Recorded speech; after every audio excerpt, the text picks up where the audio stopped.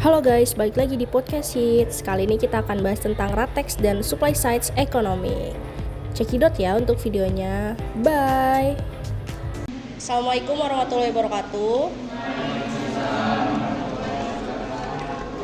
Balik lagi di podcast kita yang paling hits. Hari ini kita tuh bakal ngobrolin dua hal penting nih di dunia ekonomi. Ada rational expectation, singkat aja Ratex, dan Supply Side Economy. Gue sebagai hostnya ada Nanda, dan di sini gue ada temen-temen, ada Andini, Devi, sama Iqbal.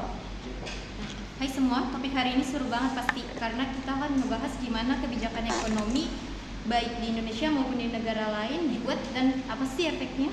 Bener banget, Ratex itu intinya gimana orang-orang bikin perkiraan soal ekonomi berdasarkan semua info yang mereka punya. Nah, kalau supply economics itu fokusnya gimana caranya bikin ekonomi jadi lebih produktif, misalnya dengan turunin pajak atau dengan aturan yang berlaku atau yang legal. Oke, Din, mungkin lu tuh bisa jelasin gak sih soal Ratex itu apa? Setahu gue, Ratex ini pertama kali dicetuskan sama John Wood tahun 1961, terus dikembangin lagi sama Robert Lucas. Gampangnya orang-orang yang ngerti ekonomi itu bikin keputusan berdasarkan informasi yang akurat dan pikiran yang masuk akal. Gue tahu nih, misalnya kalau orang-orang tahu pemerintah mau nyetok uang banyak, mereka pasti udah mikir duluan tuh bakal terjadi inflasi. Nah, mereka bisa aja nahan diri buat belanja dan atau investasi dulu kan. Ini beda banget sih sama teori Keynesian yang lebih percaya pemerintah punya peran penting buat ngatur ekonomi. Ratex justru bilang kebijakan pemerintah sering nggak efektif karena masyarakat udah duluan mengantisipasi dampaknya. Tapi tuh ada juga gak sih yang gak setuju sama teori ini? Iya dong, pasti. Ratex itu berasumsi semua orang punya informasi yang sama dan selalu bertindak rasional. Padahal kenyataannya nggak gitu. Banyak orang yang susah akses informasi atau bingung bikin keputusan karena kondisi ekonomi yang nggak pasti. Ini nih yang sering terjadi di Indonesia. Kebijakan ekonomi sering dibuat tanpa mikirin gimana caranya informasi itu nyampe ke masyarakat. Bahkan kalau Ratex kritik Ratex sebagai teori yang terlalu idealis. Pelaku ekonomi tidak selalu rasional, terutama saat krisis terjadi. Tapi kalau menurut gue nih ya, Ratex tuh punya banget dampak besar di ekonomi makro. Robert Lucas tuh nunjukin kalau misalkan kebijakan ekonomi tuh harus mempertimbangkan ekspektasi masyarakat biar efektif. Bener banget. Ini juga berpengaruh nih sama kebijakan di Indonesia. Contohnya pas Orde Baru. Pemerintah coba ngendaliin inflasi lewat kebijakan moneter. Tapi krisis keuangan Asia di akhir Orde Baru menunjukkan pentingnya ekspektasi rasional dalam memahami dampak kebijakan ekonomi.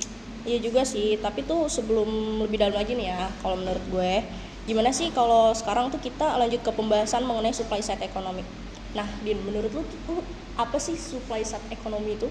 Setahu gue, supply side economics itu fokusnya gimana caranya kebijakan kayak penurunan pajak dan deregulasi bisa ningkatin produksi dan pertumbuhan ekonomi dalam jangka panjang. Jadi kalau pajak diturunin, orang-orang jadi lebih semangat kerja, nabung, dan investasi dong. Betul banget sih. Ini jadi strategi utama di era Ronald Reagan atau Reaganomics. Waktu pemerintah Amerika Serikat turun pajak besar-besaran buat dorong pertumbuhan ekonomi. Tapi tuh kebijakan ini tuh juga bukannya banyak dikritik ya sama masyarakat ataupun negara lain juga. Pasti banyak. Efek negatifnya yang defisit anggaran yang naik dan kesenjangan sosial yang melebar. Karena kan penurunan pajak lebih menguntungkan orang kaya. Kalau di Indonesia penerapan konsep ini gimana sih? Beberapa kebijakan di era Presiden Joko Widodo punya unsur supply side economics kayak deregulasi dan pembangunan infrastruktur. Contohnya pengurangan subsidi BBM juga dilakuin buat nyiapin uang fiskal yang lebih besar. Tapi tantangannya itu ketimpangan distribusi manfaat. Deregulasi sering dianggap lebih menguntungkan perusahaan besar daripada masyarakat kecil. Tapi selain itu tuh birokrasi tuh juga rumit tau, ngehambat investasi meskipun ada upaya yang deregulasi kayak Omnibus Law. Kalau supply side ekonomi efektif di Indonesia gimana ya caranya? Yang penting transparan aja sih dalam bikin kebijakan. Pemerintah harus pastiin manfaat kebijakan dirasain sama semua orang. Selain itu tuh investasi di pendidikan dan keterampilan tenaga kerja juga harus ditingkatin lagi tahu biar pertumbuhan ekonomi benar-benar inklusif. Dan jangan lupa kebijakan ini harus diimbangi sama perlindungan sosial biar dampak negatif masyarakat yang rentan bisa diminimalisirkan. Kesimpulannya itu tuh berarti Ratex tuh maupun supply side ekonomi itu punya dampak besar ya di ekonomi.